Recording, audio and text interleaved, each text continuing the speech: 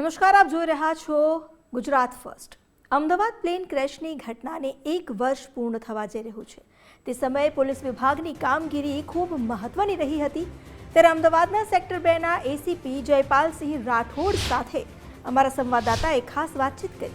જાણીએ એસીપી જયપાલસિંહ રાઠોડ પાસેથી plane crash સમયની પોલીસની કામગીરી વિશે। અમદાવાદમાં બનેલી પ્લેન ક્રેશની ઘટનાને બરાબર 1 વર્ષ પૂરું થયું છે। મારી સાથે એડિશનલ સીપી અમદાવાદ શહેર પોલીસ એમની સાથે વાત કરીએ। સાહેબ, બરાબર મને યાદ છે કે એ 12મી તારીખ હતી અને લગભગ 1 થી 2 વાગ્યાનો સમય હતો। જેવી ક્રાઇમ કોન્ફરન્સ પૂરી થઈ, કેમ કે આપ પણ ત્યાં હતા અને અમે કવરેજ કરવા ત્યાં હતા। પહેલી વાર આપને કયા પ્રકારે જાણ થઈ અને આપનો પહેલો રિસ્પોન્સ શું હતો જ્યારે આ પ્રકારની ઘટના આપના ધ્યાને આવી અથવા તો આપના જાણ થઈ? તે દિવસે જ્યારે કમિશનર સાહેબની ક્રાઇમ કોન્ફરન્સ ફોન કરીને અમે લોકો બહાર નીકળ્યા, ઓલમોસ્ટ અમે રિવરફ્રન્ટ પર પહોંચ્યા હતા રોડ ઉપર। અમે જોયું કે આસમાનમાં એક બહુ મોટો ભૂગાડો જેવો દેખાતો હતો। વિધિન 2 મિનિટ્સમાં બધાને ખબર પડી ગઈ, કંટ્રોલે જાણ કરી કે એરપોર્ટને પાસે એક ક્રેશની ઘટના થઈ છે। તમામ સિનિયર અધિકારીઓ સ્થળ ઉપર પહોંચવા માંડ્યા। તમામ લોકલ પોલીસ ઓલરેડી ત્યાં હાજર હતી। તમામ પોલીસના કર્મચારીઓ, અધિકારીઓ સિવાય કમિશનર સાહેબ, additional commissioner sector 1, sector 2, crime સાહેબ, તમામ લોકો ત્યાં પહોંચ્યા। સાથે સાથે બહુ સારી સંખ્યામાં પબ્લિક પણ ત્યાં પહોંચવા માંડી। પોલીસ દ્વારા એરિયાને કોર્ડન કરવાનો પ્રયાસ કરવામાં આવેલ। કોર્ડન કરીને ત્યાં એક કોરિડોર બનાવવામાં આવેલ। જેટલા અલગ અલગ એજન્સીઓ લોકો ત્યાં પહોંચ્યા આના સહયોગથી રેસ્ક્યુ ચાલુ કરવામાં આવેલ। વિધિન એ શોર્ટ ટાઈમ સ્પેનમાં રાજ્ય સરકારના તમામ ઉચ્ચ અધિકારીશ્રીઓ, ચીફ સેક્રેટરી સાહેબ, ડીજી સાહેબ, આ સિવાય ડિઝાસ્ટરની તમામ ટીમો ત્યાં સ્થળ પર હાજર થઈ ગઈ। થોડા સમયમાં મહેરબાન મંત્રીશ્રીઓ ત્યાં આવી ગયા। તમામ લોકોએ મળી આ રેસ્ક્યુની જેટલી કામગીરી છે આની સ્પીડથી કરવામાં આવે અને પ્રયાસ કરવામાં આવેલ।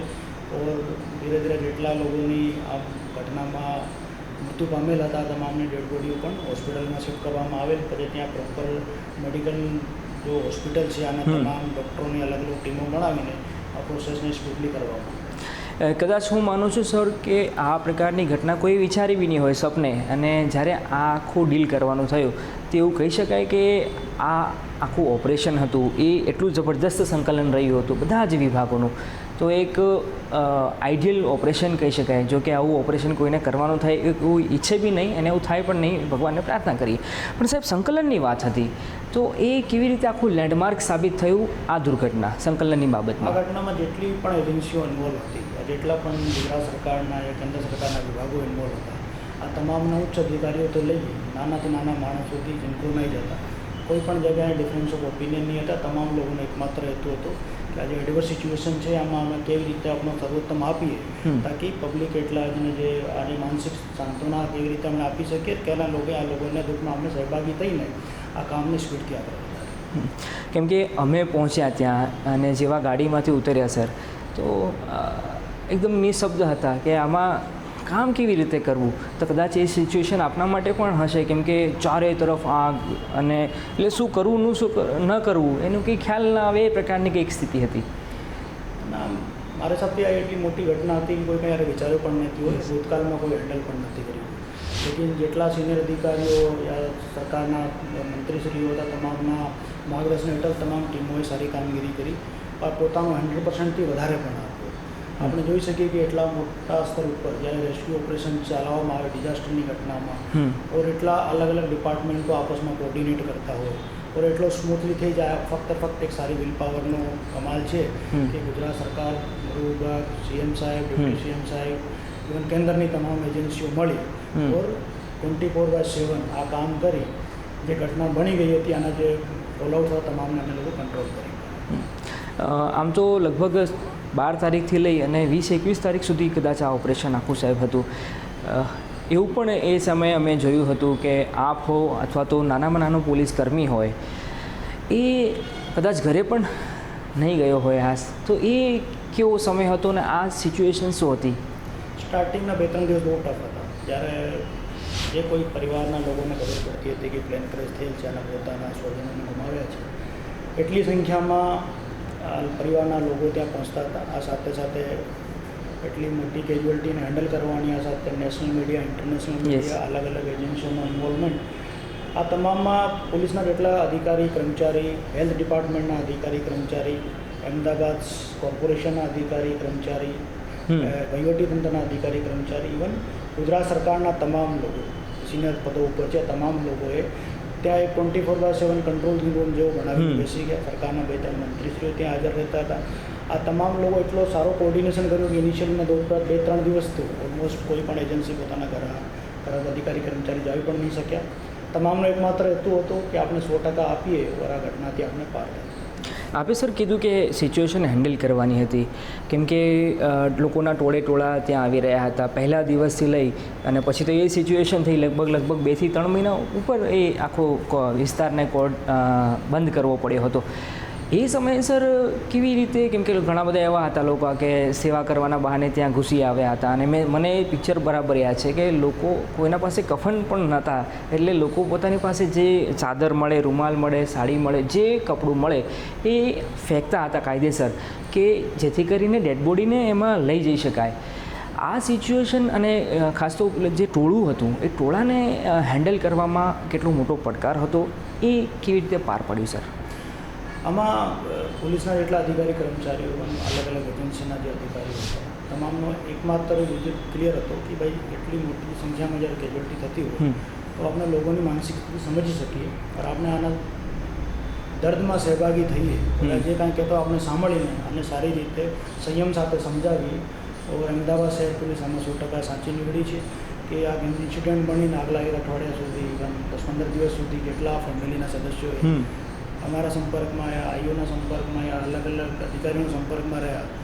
લોકો એટલા સંયમથી આનો જવાબ આપતા રહ્યા અને જે ક્વેરી હતી અને અમે સંતોષ કરતા રહ્યા.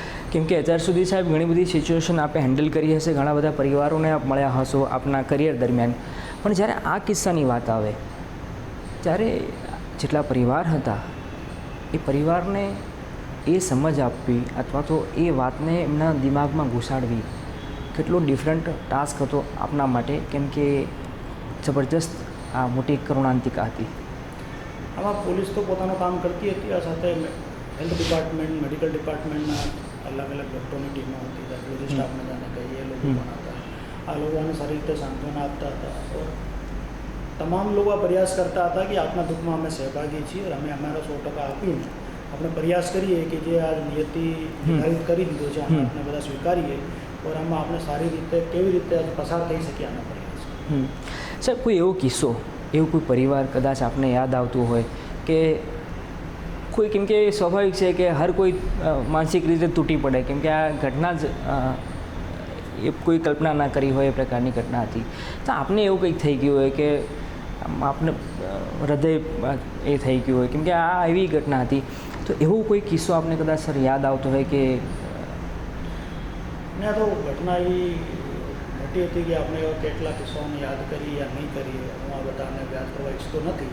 લેકિન જે તમે એ સમયે જે વાતાવરણ હતો તે વાતાવરણ અકોર્ડિંગ જેટલા લોકોનું દુઃખ હતું અમે સહભાગી થવાનો પ્રયાસ કર્યો. બહુ સારા લોકોને પોતાના પૂરા પરિવાર આ ઘટનામાં ખોવી દીધા હતા. તો આના જે દુઃખ હોય આનો આપણે કલ્પના નહીં કરી શકીએ. તેમ છતાં તમામ સરકારી એજન્સીઓ, પોલીસ દ્વારા બહુ મહેનત કરીને આ પરિસ્થિતિથી પોલીસ તમામ લોકો પસાર થયેલા છે ઓર એક વેલ કોર્ડિનેટેડ એફર્ટ કરી આ ડિઝાસ્ટરનું રેસ્ક્યુ કરવા. લગભગ 241 લોકો હતા, એક જીવિત બચ્યા હતા. 241 લોકોના પરિવારને આપે સમજાવ્યા, કન્વિન્સ કર્યા, આપની સાથે કદાચ કાઉન્સિલર પણ હતા કાઉન્સિલિંગ કરવા માટે. આ ઉપરાંત જ્યારે 241નો આંકડો હતો, 241મું ડેડ બોડી જ્યારે મેચ થઈ ગઈ, કેમ કે ઘણા બધા એવા કિસ્સા હતા કે ડેડ બોડીના ટુકડા લાવી અને આપણે એને ગેધર કર્યા હતા. છેલ્લી ડેડ બોડી સાહેબ મેચ થયું ડીએનએ, ત્યારે શું માહોલ હતો કોર્ડિનેશનમાં? એમાં જેટલા એક અઠવાડિયાથી તમામ એજન્સીઓ પ્રયાસ કરતી હતી અને ફળીભૂત હતો કે અમે 100% ડીએનએ મેચિંગ કરીને પોતાના પરિવારને ડેડ બોડી આપી શક્યા હતા. આમાં ગુજરાત એફએસએલ ડિપાર્ટમેન્ટનો બહુ સારો રોલ હતો. હાલ તમામ આની ટીમો 24/7 કામ કરતી હતી. તો અમદાવાદ શહેર પોલીસના સંપૂર્ણજીમાં હતા, એટલાય હાયર લેવલ ત્યાં બધાને સુપરવિઝન કરવામાં આવતું હતું. પણ અમારા જેસીબી ક્રાઇમ 24/7 એફએસએલના સંપર્કમાં હતા. તો કોઈ પણ પ્રકારની ત્રુટિ ના રહે और લોકોને અમે 100% સેટિસ્ફાઈ કરીશું. એ કોર્ડિનેશનની વાત આવી, એફએસએલ સાથે કોર્ડિનેશન, કેમ કે અત્યાર સુધી ઘણી બધી ઘટનાઓમાં એવું હોય કે કોઈ એવી ઘટના બને ત્યારે FSL આવે અને જતી રહે, પણ કદાચ કોમ્યુનિકેશન પ્રોપર રહેવા માટે એક એવી આખી વ્યવસ્થા કરી હતી જેથી કરીને કોઈ મિસકોમ્યુનિકેશન ન થાય. અને જ્યારે અંતિમ મેસેજ એક પડ્યો હતો, આપણા ધ્યાને આવ્યો હતો કે 241મું મેચ DNA મેચ થઈ ગયું છે, ત્યારે આમ ખુશી તો ન શબ્દ વાપરી શકું, પણ એક પરિવારને ન્યાય અપાવવાનો કેટલો સંતોષ હતો આપને? ને જેટલા જ્યારે ઘટનાથી બનીને છેલ્લે જ્યારે DNA મેચિંગ થઈ ત્યાં સુધીના તમામ લોકો જે આમાં જોડાયેલા હતા, આ તમામના જેટલા એફર્ટ્સ હતા એ એફર્ટ્સ કલ્મિનેશન પર પહોંચ્યા અને સેટિસ્ફેક્શન હતું. ઓર આપણે FSLની और સાયન્સ और ટેકનોલોજીનો પ્રભાવ છે કે આપણે 100% આમાં સારા રિઝલ્ટ આપી શકીએ. આપના જીવનમાં સાહેબ, આપના કરિયરમાં, પ્રોફેશનલ કરિયરમાં આ ઘટના પ્લેન ક્રેશની દુર્ઘટના છે એ કેટલી મહત્ત્વની અથવા તો આપના કરિયરમાં આ કેટલું પરિવર્તન લાવી હશે, કેમ કે વે ઓફ વર્કિંગ સ્ટાઇલમાં કેવું હોય તો? નહીં, જ્યારે એવા કોઈ ડિઝાસ્ટર આપણે જ્યારે આને ફેસ કરી और આમાં કામ કરવાનો કરીએ તો આપણા જીવનના અનુભવ બદલાઈ જતા હોય છે. ભવિષ્યમાં ઈશ્વર ના કરે એવી ઘટના હોય, લેકિન આ તમામ ઘટનાઓને જોતા હોય તો વ્યક્તિ જે કોઈ આને હેન્ડલ કરતા હોય વધારે મેચ્યોર થઈને નીકળે છે और એ ઘટનાઓને હ્યુમન સાયકોલોજીને સમજીને ભવિષ્યમાં આ ઘટનાઓને ઓર સ્મૂથલી હેન્ડલ કરી શકે. આનો એક અનુભવ પરમાનન્ટ આપણી પર્સનાલિટી પર રહેતો હોય છે और આપની એફિશિયન્સીને સુધારે છે. કદાચ આ તો સર એવી દુર્ઘટના હતી કે એની સાથે જેટલા જોડાયેલા લોકો હોય એ દરેકને એક બુક લખવાનું કહો, અથવા તો ભલે 5 થી 10 પેજની બુક હોય અથવા તો મોટી બુક હોય, અનુભવની બુક લખવાની વાત આવે તો એ સુધાય કરી નાખે એ પ્રકારનું આ આખી દુર્ઘટના, એવું કહી શકાય સર? ને ચોક્કસ આપણે કહી શકીએ કે એટલા લાર્જ સ્કેલ પર એવી ઘટનાઓ બની અને એટલી એફિશિયન્ટલી ડીલ કરવાનું આપણા આપમાં એક અનોખી ચીજ છે. આમાં તમામ લોકો જે જોડાયેલા હતા તમામને જીવનના અલગ અલગ પહેલું પર અલગ અલગ પ્રકારની વસ્તુઓ શીખવા ખાતર મળી, જે ભવિષ્યમાં આને સારા માણસ બનાવશે અને માનવ સંગઠનનો વધારે વિકાસ. સર, ખૂબ ખૂબ આભાર આપનો મારી સાથે વાત કરવા બદલ. તો આ હતા એડિશનલ CP સાહેબ જસપાલસિંહ રાઠોડ સાહેબ, જેમને પ્લેન ક્રેશની દુર્ઘટના બની હતી એ સમય દરમિયાન શરૂઆતથી લઈ અને એન્ડ સુધી કોર્ડિનેશનમાં જેટલી એજન્સીઓ હતી, જેટલા અધિકારીઓ હતા, એ પૈકી તેઓએ પણ એક મહત્ત્વની ભૂમિકા ભજવી હતી. અને કયા પ્રકારનો માહોલ હતો, કયા પ્રકારની કામગીરી હતી, કયા પ્રકારનું સંકલન હતું, એ જાણવાનો પ્રયાસ કર્યો.